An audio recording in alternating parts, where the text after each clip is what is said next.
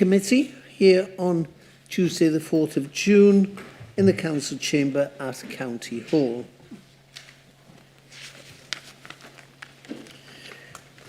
The membership is written up there for members to note.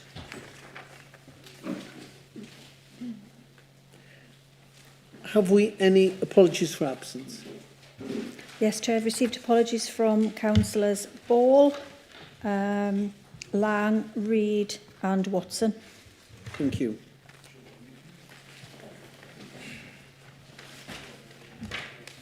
Minutes of the previous meeting, minutes of the Strategic Planning Committee held on Tuesday the 5th of March have been circulated. Are the members happy that these are a true record and can be signed by me? Thank you. Disclosures of members' interest. Any members of the Planning Committee got any disclosures of interest they wish to declare today? No? So we move on to determination of planning applications. And just for those watching live on YouTube, I will roughly go through what we do at the Strategic Planning Committee. As Chair, first of all, I introduce the application, site visit videos, have been circulated normally. Then we ask the planning officer for any updates, any changes to recommendation, and we ask him to present his report. We then have a public speaking slot, 5 minutes for objectors, 5 minutes for a local member, a county councillor, parish councillor, and 5 minutes for an applicant or a supporter. We then invite the members of the Planning Committee to ask questions of the Planning Officer, and then we debate the application, asking for a proposal, asking for that proposal to be seconded, and then we debate and we have a vote on the application.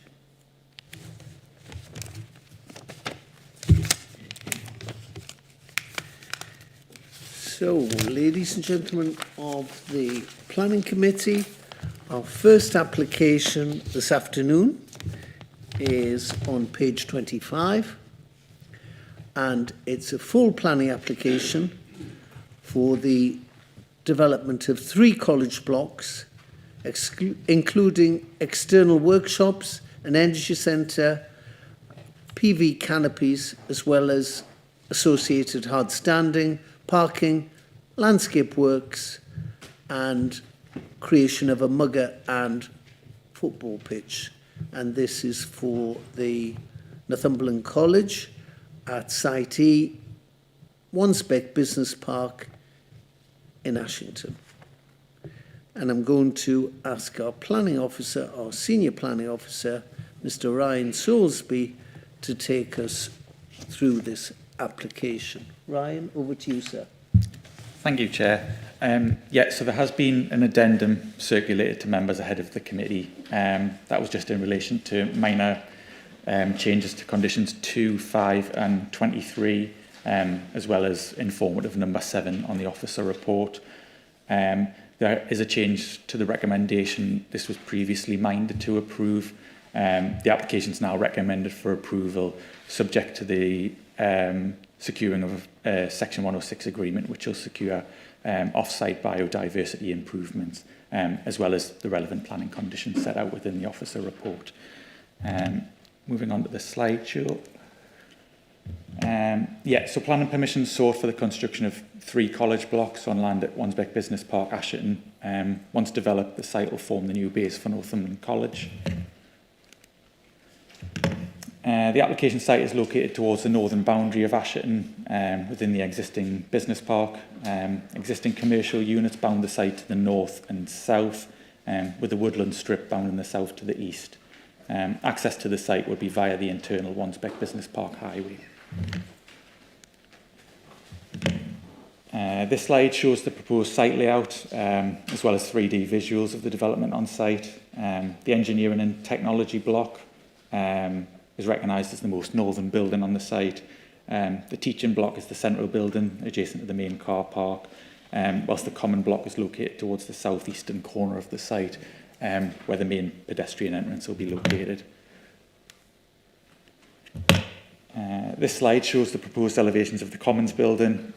This structure will be 2-storey and would incorporate various social and dining areas at ground floor level, with study spaces at first floor. These elevations of the central teaching building, which is recognised as the largest structure on site. Significant levels of glazing are proposed on the external elevations to allow natural light and ventilation into the build.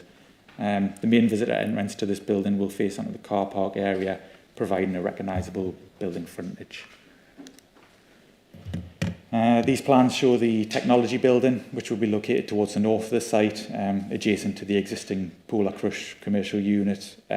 This unit would house the specialist areas of construction and engineering elements, which form part of the college's curriculum.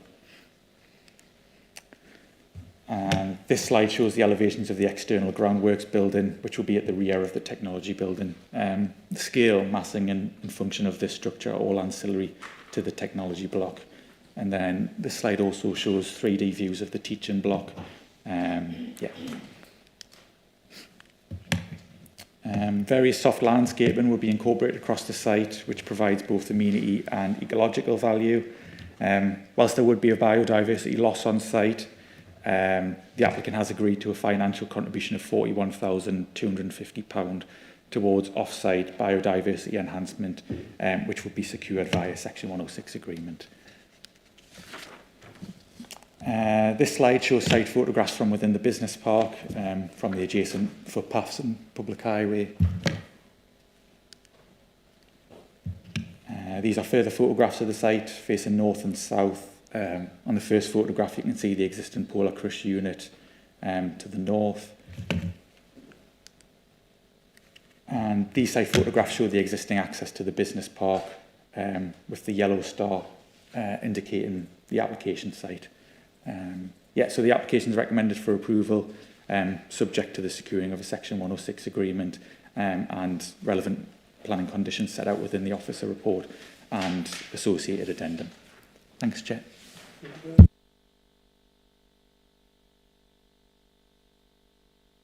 Come to public speaking slot, and we just have one speaker this afternoon on this application, and that is Ellen Tinnison.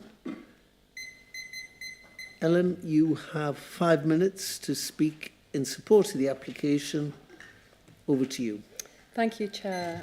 My name is Ellen Tinnison. I'm Chief Exec of Education Partnership North East, which by its nature includes Northumberland College and other colleges in Sunderland and Hartlepool. And I am the joint applicant speaking in support of this application.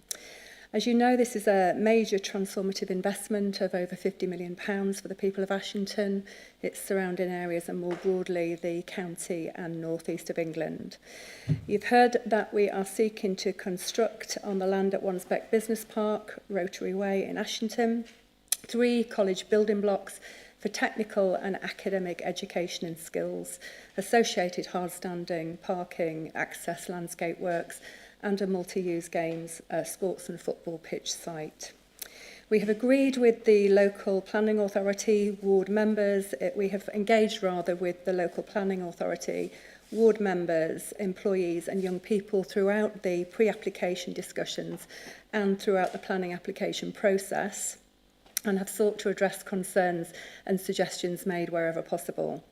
I think it's pertinent to note our transformation over the last few years. We are now the 3rd highest performing college in England and top performing for the educational achievement of our 16 to 19-year-olds in the northeast of England. The partner campus of Northumberland College's Ashington campus at Kirkley Hall is now the top performing land-based college in the north of England.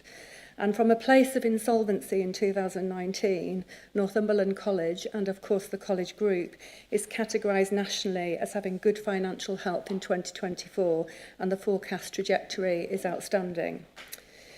However, considering the ambition we have for Northumberland, the College Board and I are really clear that the current campus at Ashington is unfit for the future.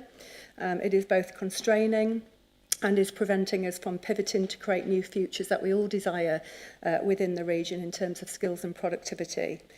Thus, the approval of this application is absolutely critical and will result in significant benefits to the local community, including the following key points.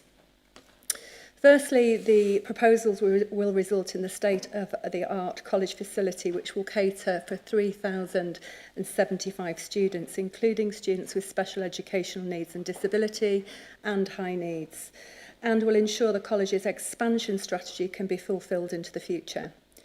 There will be 174 full-time equivalent staff employed at the site, and whilst ongoing employment is a clear benefit of the proposed development, they will of course spend time within Ashington Town Centre, which is a further economic benefit.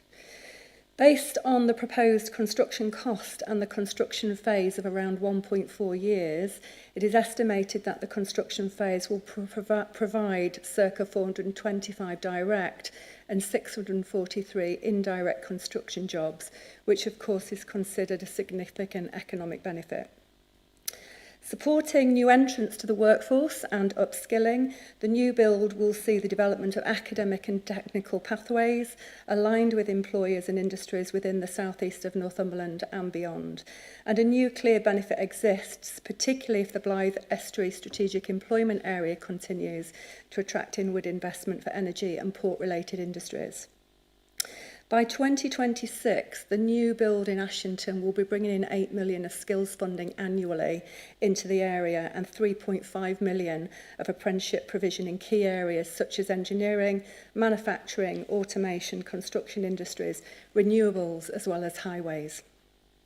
Plus, the critical expansion in higher technical pathways will allow us to expand into data, cybersecurity, software development, housing management, and improved training for child and family services.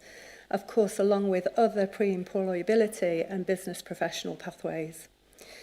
With an ambitious transformation of Northumberland College and the significant potential of a new build and all the benefits that it will bring, we are already in discussion with a number of Northumberland-based employers about future strategy in key economic areas. And equally, we are already in the process of progressing a new strategic partnership with Northumbria University and with Northumbria NHS Trust in the latter instance, who are backing the new hospital and allied health training facility in the new build as well. The relocation of Northumberland College will free up the existing site for regeneration, which could result in an economic boost to Ashington Town Centre, and this will be further supported by the additional students the new college will have the potential to attract, as they will most likely spend within the town centre too. Existing and future students will also have access, that's fine, okay, that's fine. Hopefully that gives you the sense of where we're at. It does, it does. Thank you very much, Helen. Yeah, really does. Ladies and gentlemen of the committee, we now have questions to our planning officers. Has anybody got any questions they'd like to raise? Georgina Hill. Thank you, Chair. Just on the issue, I understand the county ecologist is objecting to this regarding the biodiversity net gain or rather net loss. This seems to be mitigated on two parts. One, the overall benefit of the scheme, and also because a financial contribution has been made of 10%. And I just wondered if you could talk us through the possibility of increasing that amount and how that amount has been reached.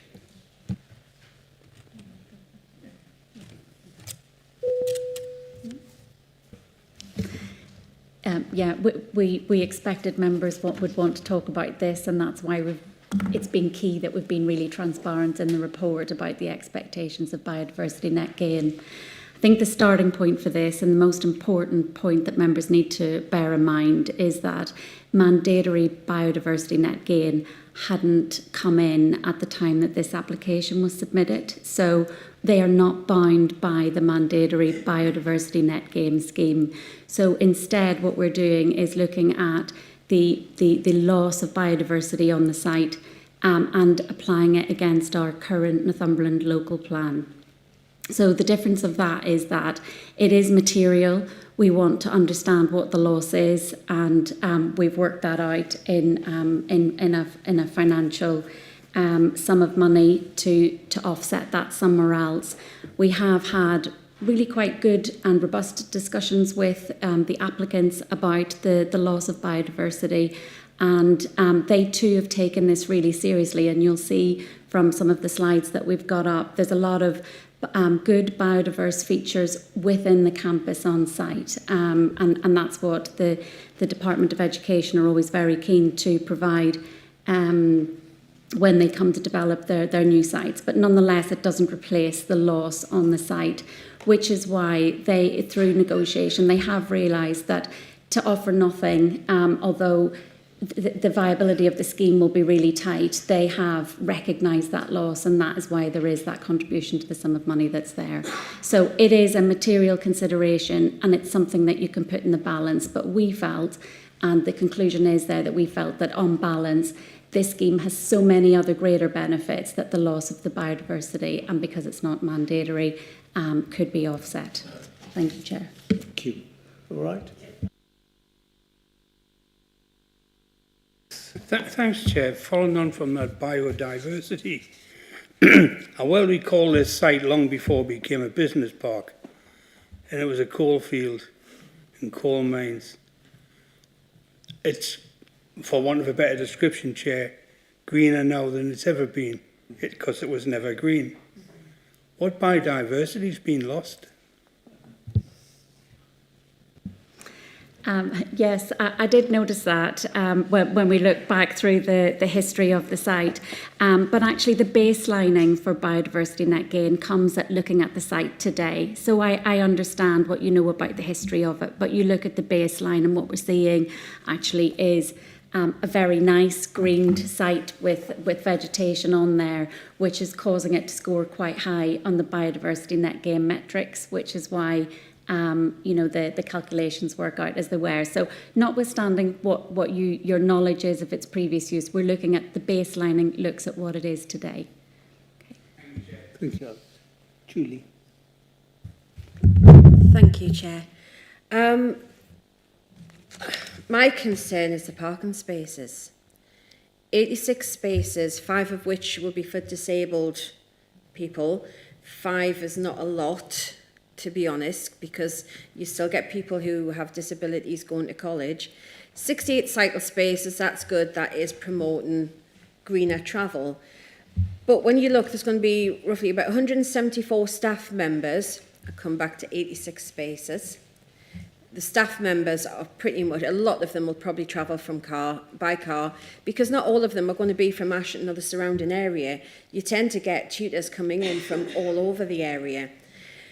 Our bus service is not great at the moment, with so many services being cancelled, just buses not turning up, that there is going to be a higher reliance on cars. And my concern is that the parking is going to spill over onto other businesses within the business park, but also onto the residential streets.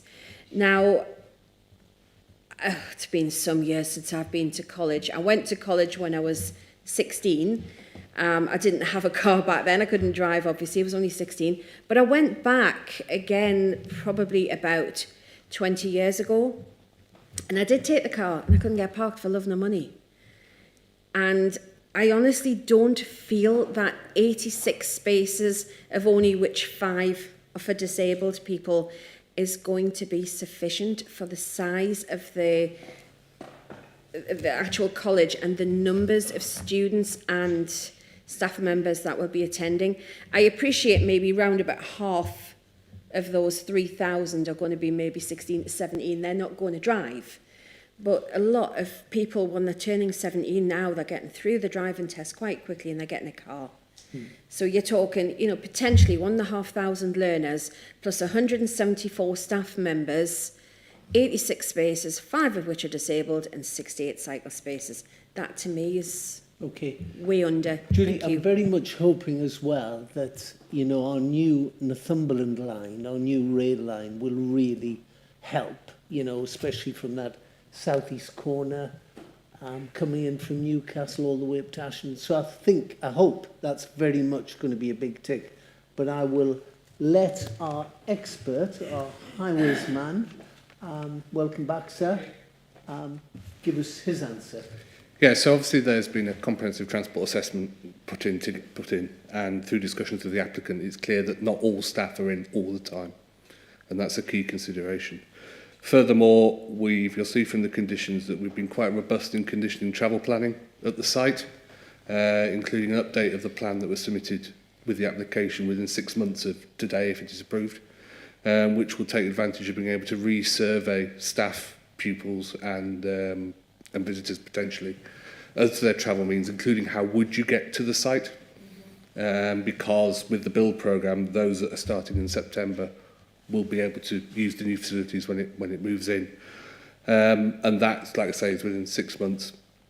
In terms of the parking overspill, that again is a concern that we had as well, but you'll see in the conditions, we put a car parking management strategy together, and that pulls together all the travel planning, all the college services, the college bus services, and all the sort of travel patterns together, so that a scheme of off-site parking restrictions including, so when they're doing all their number crunching and they go, we haven't got enough, or they don't overlap, that's when you would introduce on-street parking restriction proposals. And again, because we're looking at that 6 month timetable from now, we will still have time to get those implemented in time for the college opening to address your concerns in terms of obviously on-street parking in the business park and potentially wider the residential. But those two documents, so we're looking at the parking strategy, the travel plan, and also a bus strategy as well for the college bus services, would then be embedded within the travel plan, and it's constantly monitored so that the travel patterns can be tweaked as necessary if things arise that we're not expecting. Obviously, at the moment, we don't have, as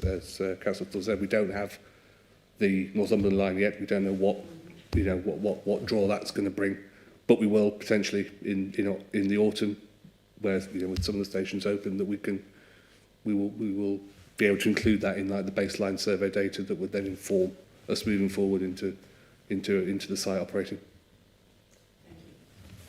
Yes.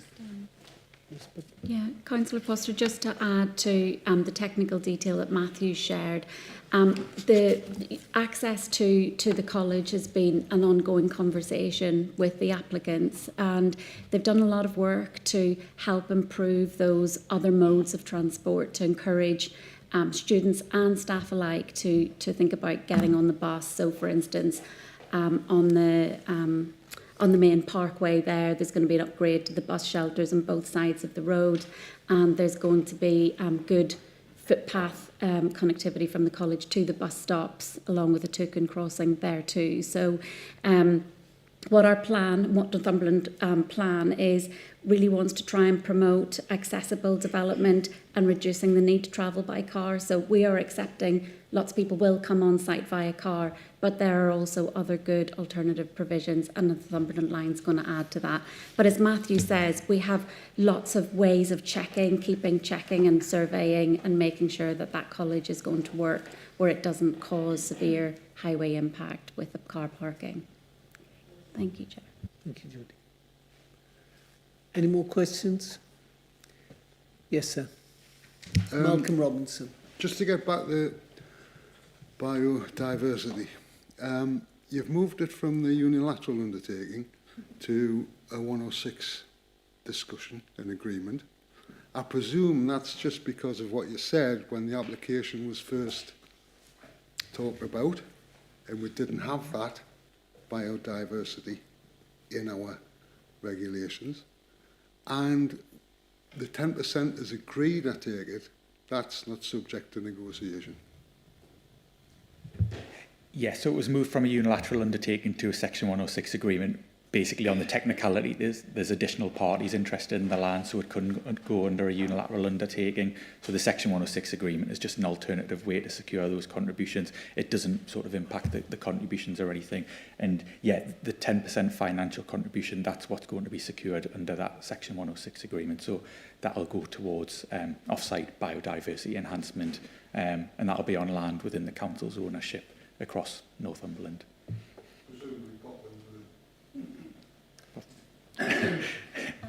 Not necessarily. Chair, I actually don't think it is, but we do have other sites, yeah. Martin. Thank you, Chair.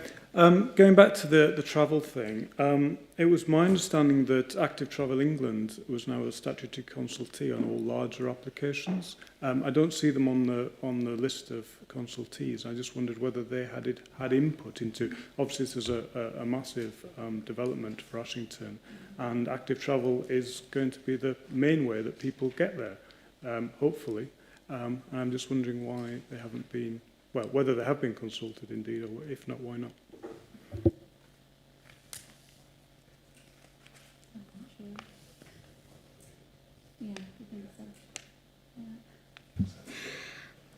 So, Councillor Swinbank, when an application comes in and it's validated, we have a very thorough validation checklist.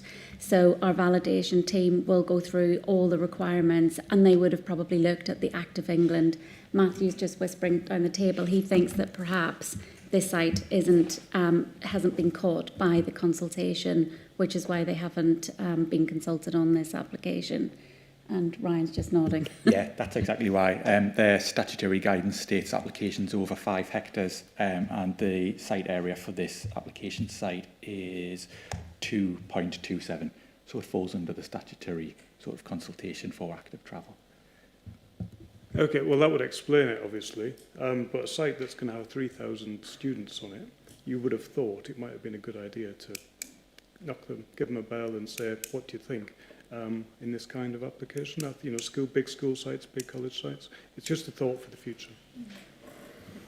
Thank you, Chair. I think that's a good thought. But if I could just reassure you that a lot of what our highways development management overlap with Active England, and a lot of the conversations that we have been having with the college have really focused on the arrival and departures of students and staff off campus. So it hasn't been something that we've taken lightly. Thank you. Thank you very much. Thank you. Any more questions from members? No more questions? Could I have a recommendation? Gavin Thompson? Recommend approval as per the officer's recommendation, Chair. Thank you. Seconder? Gordon Stewart? Thank you very much. And debate, ladies and gentlemen. Anyone like to? Georgina Hill. Thank you, Chair. I'm happy to support this application. All the issues of highways and the biodiversity, yes, Richard, have in my mind been mitigated. It's always good in planning when, you know, so say there's some things that you're not very excited about, but there's no planning grounds to turn down. It's great when it's something really positive. If it wasn't planning, I'd say that like an expansion of the offering in Berwick, but I can't go there. But I have said it, so I've said it. But yeah, no, very happy, very positive development, and well worked out. I think all the various issues of quite a complex application. So I'm all for it. Good. And Judy, come to Berwick. Did you want to contribute that? Yes, please. Notwithstanding my concerns about the parking, and I hope it does work itself out, and obviously the Northumberland line definitely will play a part, I have to say that this has been a long time coming. It has been needed for a long time. And even many, many years ago when I did go to that college, it wasn't the greatest building back then. And, you know, that is a long time ago. I won't say exactly how many years, but so, I mean, this looks like a lovely state-of-the-art building. Having been in Bedlington Academy, which replaced the high school there, the difference was huge for the buildings, etc. So I can see that this is going to be of a huge benefit for all of those staff and young people who will use it, and older people, because older people do go back to college as well. So I do welcome the development. I think it is a very positive. I've still just got that niggle about the parking, but when I look at the overall benefit of it, if we take the parking out of it, I do think it is a good location if we can sort the parking aspect out. So yeah, I will be supporting it. Thank you, Chair. Thank you. Ian Hutchinson? You're fine? Alex? Sorry, thanks to Chair, I will be supporting this. It's quite interesting because for many years, generations, mine has travelled from this site to the current tech college to get education. I suppose this is upcycling in some respect and come round in full cycle. But I also recall, after Julie had been to college at Ashington, where I sat on the planning committee and give permission for this college to be relocated in the centre of Ashington on the site of the former Ashington Hospital. And the objections made then by residents is very similar to the comments being made tonight, with the exception of biodiversity, because we didn't know what that was at the time. But to be honest, about parking, because, and I thought Martin made a very valid point, by the way, and I'd like to support that, and we take that through a little bit further, further discussion. You know, 3,000. I know at Bedlington Station, where I live, when we have hundreds of children coming to school daily, and some of those children are 16, 18 years old, we fear for them when they come across those crossings. And you're talking about better bus shelters on that parkway. I know that road very, very well. I travelled it for a long, long time, Chairman, and I used to follow all the men going to the colliery for work, and they didn't know what a light was on their cars. On their bikes, sorry, not the cars. It can be a very fast road, so I think we have to be very careful. I think Julie made some very good points, but Martin's point, I was drifting there, sorry. Martin's point is valid. Those numbers coming through the doors, to me, warrant consultation and dialogue with Arriva now, and I'm sure Neil Eason would be more than happy to have that conversation. It's absolutely essential. If you turn it on its head and say, let's put a tech college in the college ward at Ashington, would we give permission? And the answer is probably no, because of those hundreds of houses that surround that area. There would be a problem. But the buses still get there, and that's what will happen at the business park, Chair. I'm sure solutions will be found, but I think this is a tremendous asset to Ashington, tremendous asset to Northumberland, because it's Northumberland College. It's not Ashington College, it's Northumberland College. I'm proud it's there. I'm proud it's been there for generations. And I'm pleased to see a £50 million investment. Considering what's happening with the railway and everything, I think Ashington's future is looking brighter, Chairman. Thank you. I agree. Well done. Richard Dodd. Yeah, I echo all of that. And I don't think anybody here will ever think about voting against a £50 million investment in our county's future, our children, our young adults, etc. And it has been said this has been a very long time coming. I just hope that there's a bit, it spreads out a bit to the Kirkley Hall campus, because that's part of the operation. Because, again, like some people say, I went to Kirkley Hall on various little courses, etc. And have been of use. Now, I don't know what there is down there, but I'd like to think that the rural area, of which Ashington is called a rural area, we can move forward for everybody in this county and not just the southeast corner. So I wish it huge success, and I'll be obviously supporting this like everybody else that's spoken so far. Councillor Barry Flux. Right, a lot's been said, so I'll be very, very quick. It's been said it's a Northumberland college. If I was living where I am in Cramlington and was going college there, which one would I prefer to travel to and find easier to get to and probably easier to park? Essentially, would probably be the site it's at in this proposal here, and that's probably the same for people coming from the other medium-sized towns, Alnwick, the Ambles, the Blythes, Prudhoe. If you're going there, you're gonna, you find it easier to get to this site than get to the existing site, which is dated, as Julie rightly said. It is very dated. The only other thing I'll suggest is perhaps College Ward will need to be renamed at some point or another. But there we are. Anyway, I'll wholeheartedly support this. Councillor Malcolm Robinson. Thank you, Chair. Excellent proposal, as we've heard, a long time coming. I'm sure there will be teething difficulties, parking, etc. But you know, we need to work together to mitigate those when they come up, because you don't really know until they start to come up. There might be no cars on the road in 2 years' time. You never know. So, excellent proposal. I'll be supporting it because it's another step in giving our young people access to 21st century facilities, and it's desperately needed.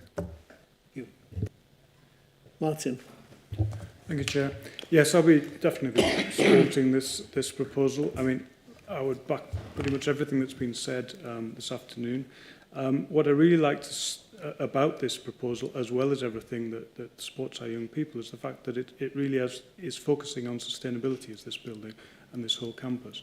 And if we're going to move forward as a society to understand how we're going to do that, the very thing we need to be doing is educating our young people in these kind of facilities so they see, live and breathe this type of building going forward, because these are the young people who's going out into the world of work who will be actually building these new buildings and building our new infrastructure going forward. So very much welcome this proposal. Good. Well, just from the chair, you know, I would like to support this application. I feel it's a real game changer. It's good for Northumberland. It's very good for Ashington. And like others in this room, you know, I went to Northumberland College as a hotelier, you know, sort of 15, 16 years ago. And it was a poor offering. You know, it was screaming out for investment. And now we've got this huge investment, which, you know, is going to be great for the students. And, you know, as the CEO said, a lot of jobs there too in the construction. But the thing I like about it too, the application as such, it's been well thought out, a lot of screening, a lot of well-being activities, the mugger, the football pitch. It is a really well thought through application. And, you know, I do have confidence in Matthew, our highways guy. He's got a lot of experience under his belt. He's been around a while, and I'm sure he's done his homework here. I'm sure he has. But no, ladies and gentlemen, a great levelling up project, and I'm sure it's going to do Ashington well, but Northumberland as a whole, fully supported. Thank you. Just like to ask the mover now of the application, Gary Thompson, to close the debate. Yes, thank you everyone. It's pretty much all been said.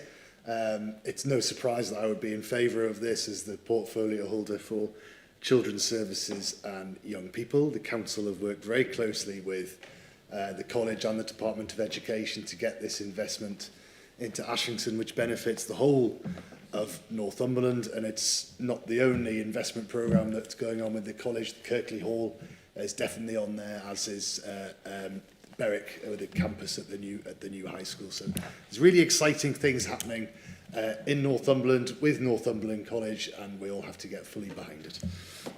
Thank you. Ladies and gentlemen of the Planning Committee, all those in favour of this application? Thank you. That application is passed. Thank you. Good luck.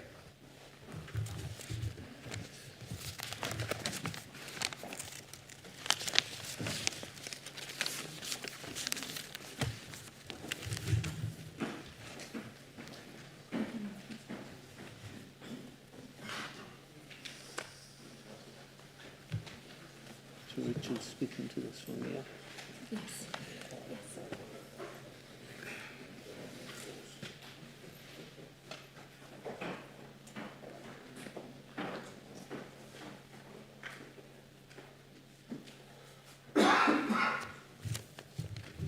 So, ladies and gentlemen, the second application before us this afternoon, erection of a manufacturing building, associated service yards car parking access and soft landscaping. And this is land east of Enterprise Court, Crossland Park, Cramlington. And our senior planning officer that's going to speak to this application this afternoon is Richard Loughton. Richard, over to you, sir. Okay, thank you, Chair. Just a quick update before I start the presentation is just to say that we have received additional information from the applicant just last week to address the requirements of condition 10, which relates to surface water and climate change. The LFA have yet to assess this information just due to the timescale, so we are recommending that should this information be acceptable following this committee meeting, we request members' permission for delegated authority to remove or reword the condition 10 prior to issuing any approval. If this is an issue, then condition 10 will remain as worded in the officer report.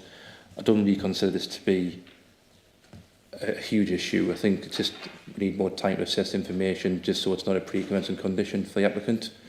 I don't know if members need time to look at condition 10 or wish to possibly discuss or ask questions later on, but I might go through the presentation now, then I can always answer any questions later on. Okay. So just to start, the application site is located in northwest Cramlington in the established North Nelson Industrial Estate. The proposed electrical manufacturing use is appropriate in this location with good transport links for distribution. The image shows the site is currently a vacant infill plot that's surrounded by other industrial and commercial units. The surrounding infrastructure allows easy connections to the existing highway network for visitors and distribution from Crowhall Road to the south. The site and industrial estate is well screened from trees and vegetation to the east along the A1171. The new building will be sited in the centre of the site with visitor parking to the south with access to the west from Enterprise Court. There will be a service yard and access for distribution vehicles to the north. There will be areas of grass and new native trees to help soften the car parking areas and to improve the visual appearance of the site. The floor plans here just to show that the site is approximately 64 metres by 60 metres and mainly comprises of an open area for manufacturing purposes, which is just over 3,700 square metres on the ground floor with ancillary office space and a mezzanine above. The building will be approximately 12.6 metres high and a similar scale to those in the surrounding area. The proposed materials include flat panel metal wall cladding, which is appropriate for the intended use and the style of the buildings within the industrial estate. Just to run through a few photographs, this photo is currently looking north towards the site from Crowhall Road, which shows the site is currently vacant and a grass plot surrounded by other commercial units. This photo is taken further west along Crowhall Road, looking towards the site and the access into Enterprise Court. There is some vegetation on the boundaries, but on-site enhancements and a financial contribution via Section 106 go some way to provide ecological mitigation. The existing access points and the wide carriageway is suitable for the distribution vehicles. And finally, this photo shows the eastern boundary of the industrial estate into Crowhall Road and onto the application site. This allows easy access in and out of Cramlington and shows the dense vegetation along the A1171. So just to conclude that the reason the application is being here to committee is due to the floor space of the building, but the proposed scale and use is appropriate within the designated employment area of Cramlington. The proposed manufacturing facility would support economic growth and facilitate the relocation of Legrand to be near the offshore renewable energy sector and skills base in south northeast Northumberland, which would create around 200 jobs. There are no political objections or outstanding consultation issues. So as per the officer report, the application is in accordance with local plan policies and is therefore recommended for approval, subject to conditions and a Section 106 to secure a contribution towards biodiversity net gain. We also request the delegated authority to amend condition 10 if required. Okay, thank you, Chair. Thank you very much, sir. Thank you. We now come to the public speaking slot, and like the previous application, we've got one speaker this afternoon speaking in support of the application. Robert Dibden, Planning Director at Lichfield Lichfields. Robert, the floor is yours. You have 5 minutes, sir. Thank you, Chair. Good afternoon, members of the committee. I'm Robert Dibden from Lichfields. We're the planning consultants for the applicant North East Property Partnership. Also with me is Tim Whitty, who's a development director at UK Land Estates. NEPP is a wholly owned subsidiary of UK Land Estates, who are one of the North East's largest business park owners, including the application site. I don't intend to speak to you for long. I know your officers have covered all of the key issues in the committee report, but we do want to reiterate the exciting opportunity the application scheme represents to secure inward investment from a global electrical and digital infrastructure company into Northumberland. That would create around 200 jobs with really good synergies and shared skills between their operation and the offshore renewable energy sector in the southeast of the county. As you might note from the officer's report, our clients attempted on various occasions since the 2008 recession to achieve a viable form of development on the application site. But it's the security of this pre-let to such a prestigious company that's finally meant the scheme now stacks up. The imminent relocation of Le Grand, the tenant from their existing HQ in London, means our clients keen to start work on site at the earliest opportunity, and subject to the outcome of today's meeting, a principal contractor could be appointed in the next month and work start on site later this summer. To this end, we've worked closely with your officers at both pre-app stage and through the duration of the application to ensure these timescales are deliverable, and hence your officers' suggestion today as well regarding the potential discharge of Condition 10 prior to issuing the planning permission. In terms of the planning issues themselves, you'll note there are no outstanding objections. The proposal, we think, is an excellent fit for the site's employment allocation. The development itself is of a high standard of design and sustainability. It includes renewable electricity generation in the form of rooftop solar panels, and we've also agreed a 6-figure contribution to enhance biodiversity in the local area. We'd be happy to answer any other questions you might have, but otherwise we hope you're able to support your officer's recommendation and grant permission. Thank you, Chair. Thank you very much, sir. Thank you, Robert. Ladies and gentlemen of the committee, have you any questions this afternoon you'd like to put to our planning officers? Barry. Thank you, Chairman.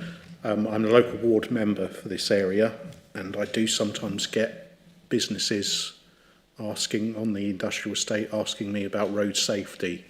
Are we happy that this is a safe scheme for road users and pedestrians?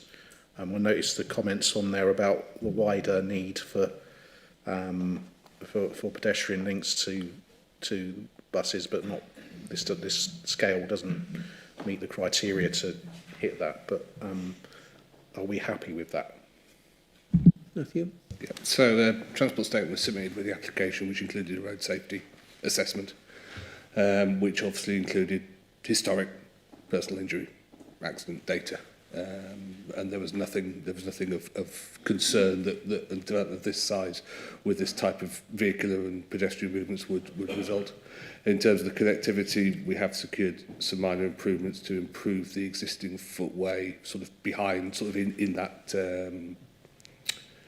tree-lined section between the 1171 and the site, just to try and enhance a little bit up to the bus stops at the northern end of the 1171 by the fire station roundabout. Thank you. Any more questions? Martin? Yes, thank you, Chair. Picking up on that point, first of all, 7.32, I wonder if you could explain the last sentence of that paragraph. It talks about the travel plan and then also securing further details to provide connectivity improvements to the existing network. Could you explain what that means? Because it's not quite clear to me. Yeah, so the travel plan condition is the standard one. What's called a framework travel plan has been submitted, which sets out their goals and their initial targets, and then by condition, a full travel plan within 12 months of occupation to understand how people are actually travelling to the site. In terms of details of that connectivity, as I've just said, it's understanding a sort of a maintenance or a minor improvement to the existing path to make it a little bit more attractive in order to get to the bus services, in particular 43, which obviously runs half hourly up the 1171. And the travel plan has quite ambitious targets for a modal shift onto buses and walking and cycling. So it's understanding what constraints there are as part of that travel plan process and the scheme will be developed through the conditions and the usual 278 process for those exact details as to what that sort of upgrade is of that footway to make that bus stop access more obvious. Okay, so I'm reading from that there's kind of scope within there to do some, probably relatively minor, but some actual improvements within the travel plan process.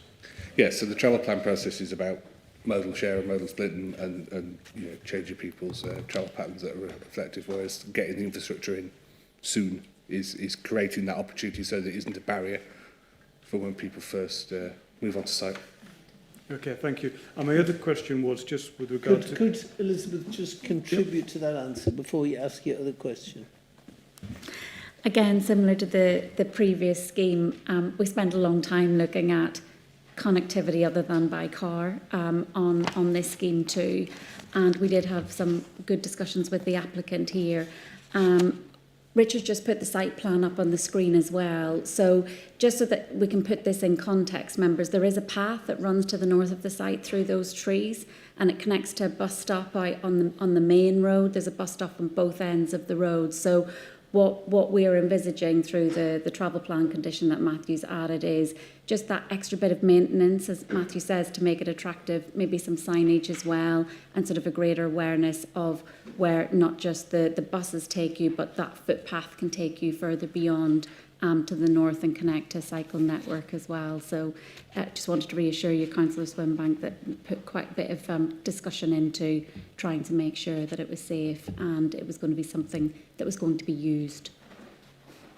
That's good, thank you, because people tend to form their travel habits very early in a development, so kind of getting those good habits is good. And the other question was, could you go through the issue with condition 10, because I just wasn't fully sure what you were saying there. Yeah, sure. So condition 10 was recommended by the LFA because they need more information in regards to climate change. So obviously they'll assess the rainfall for the future of the development. So it was just a condition that they requested more information, but there wasn't there at the time. So we've still got the section 106 to agree, which will still take a couple of weeks. So when we have time to assess that condition, we may remove it or slightly reword it. So I would say it's fairly minor if we can have the delegated powers to do that after the committee. Can I just interject? So is your recommendation to, with delegated authority to the planning officer, to amend or remove, if necessary? Yes. After consultation Yes, with the it is. LFA? That's right, yeah. Julie. Thank you, Chair. Having worked on that industrial estate myself a number of years ago, and my dad worked there as well, one of the things that is quite clear is that it's not everybody arriving and leaving at the same time. There's a lot of different shifts, start times and end times with the different businesses.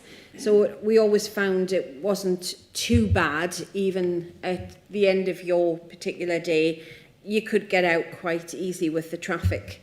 But one concern I do have is the bus stop, but I don't think it's the ones you've been referring to. It's the ones which would be used by the likes of the X21, coming from Newcastle, going to Bedlington, Ashton, Newbiggin, and you have a very fast 70-mile-an-hour dual carriageway that people are having to cross.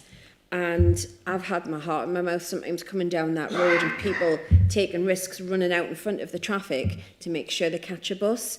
And I was just wondering if there were any plans to look at that particular area, because it is a risk for pedestrians who are getting the bus to work in that particular area. 70 mile an hour crossing that road, you're taking your life in your hands. Thank you, Chair. Yeah, so the nearby bus stops, like say, are the ones on the 1171, the 43, which currently does go to Newcastle. So I would have thought people would be more likely to take that than perhaps the X21, X22 to get to the site. Yes, there are barriers to those bus stops, but it's too far away for this site, and it's not planning. We'd be struggling to justify it in planning terms for this development to resolve that problem, or that perceived problem. If I can just come back, I appreciate I probably wouldn't have looked at it with regards to this planning application. It's not too far though, to be fair, because it is an access to that particular industrial estate. But I'm just curious as to, is there any plans in general, because it is a risk, it's a high risk for people using that industrial estate? I'm not personally aware, but I don't know what's going on within all of the departments to know whether that's in the pipeline of works. Richard Dodd. Yeah, as in the previous application, and a lot of us here are getting our heads round biodiversity and contributions. Now then, we heard that the previous one was on a former coal field that was then turned to scrub and grass. And the contribution there for the college, which looks a lot bigger than this one, was 41,000. Now then, this is an industrial estate, and I don't know what was there beforehand, but this looks an awful lot smaller, and the net gain of £120,000, £60. Can anyone tell me, in common sense words, what the difference is and why? Because I assume that there can't have been much on this industrial estate to be biodiversity, or why is there such a big discrepancy on a smaller site? Thank you. We don't have an ecologist here today who could take you through how the baselining is assessed, but I'm going to give it a go because we do try to understand it and look into it. So it really is about what ecologists find when they're out on the site and how they assess the baselining and the quality of what's there. So even though this is on industrial land, it's been a site, as you've heard from the speaker supporting the application, that they haven't been able to develop. So as a result, it's growing, and it's become really quite a biodiverse piece of land within the industrial estate. And so the baseline is taken from there, and that's how the calculations are made. Obviously for this scheme, it came in before BNG was mandatory, but the applicants for this application understand the importance of BNG, and that is why they have agreed to make the full payment. But going forward for any of our new applications that are coming in now, with BNG being mandatory, it's not something that we could negotiate on like we did with the college. It is mandatory, and the solutions have got to be found within the scheme. Thank you. Briefly come back, because I do think a lot of us need to get our heads around this. Looking at this, it doesn't look as straightforward as whatever, and I know the other site was different, as it was a 106 and it was like before, but if I owned that land and it was a bit of biodiversity going on, I would make sure it was sprayed off and cut down every year. Otherwise, you lot are going to hit us with a bill. So I think that what seems like a good idea might actually turn out different, but I'm diversifying, as it were. Yes, maybe a little bit of planning training on biodiversity might be good. I know really enjoyed the session on coastal mitigation, and I think might be worth spending some time, a little bit more time on this, to explain some of the issues that saboteurs like Councillor Richard Dodd might do to herself. Malcolm Robertson. Chair, just on that point Richard raised there, that the biodiversity for the college was 400 odd grand. They're paying 10%. That's where you've got your figures mixed up, Richard. It was actually 400 grand. Even more reason to look at it. How's that? This is a smaller site, so it's paying less. But any more questions, ladies and gentlemen? Could I have a proposal? Councillor Barry Flux. I will propose the recommendation, adding in the condition which the solicitor has alluded to about delegating On condition 10. Condition 10, yes. Councillor Fox, do you just want me to read it out, or do you want Richard to read it? Yeah, read it out.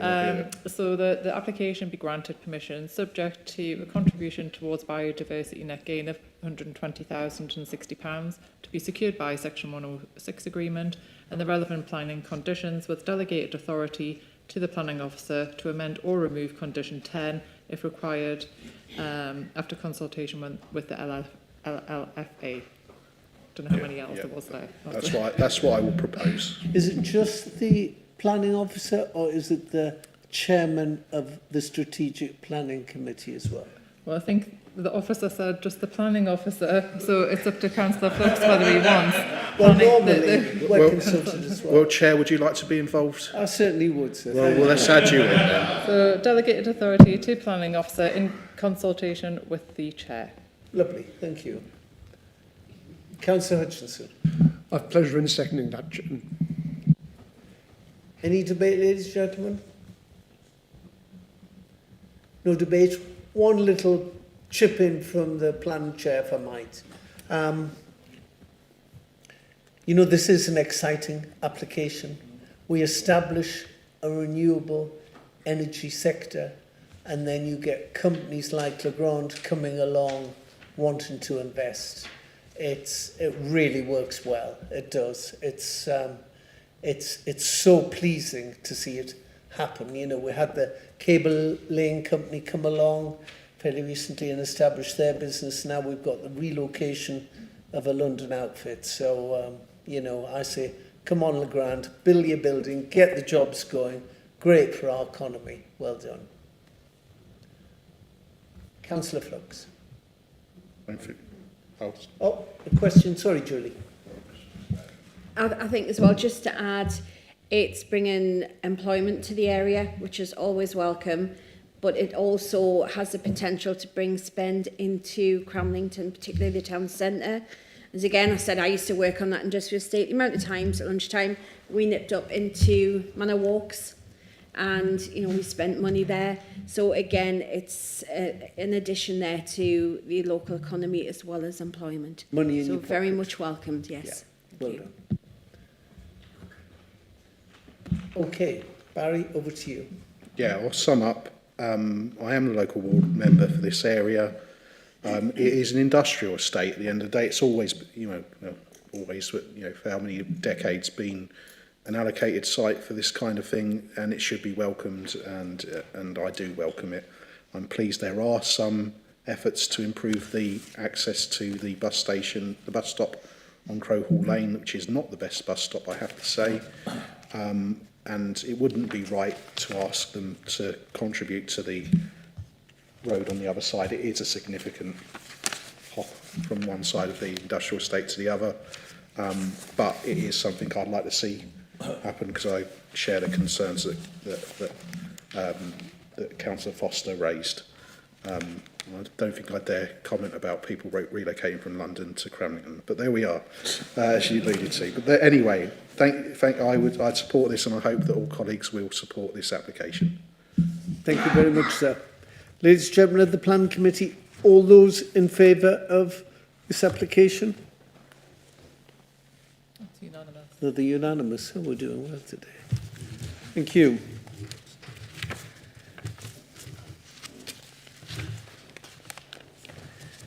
And just to finish off our agenda today, ladies and gentlemen, we have an appeals update for information. We've got a Section 106 agreement update report. And as the chair, I haven't got any urgent business to put to you.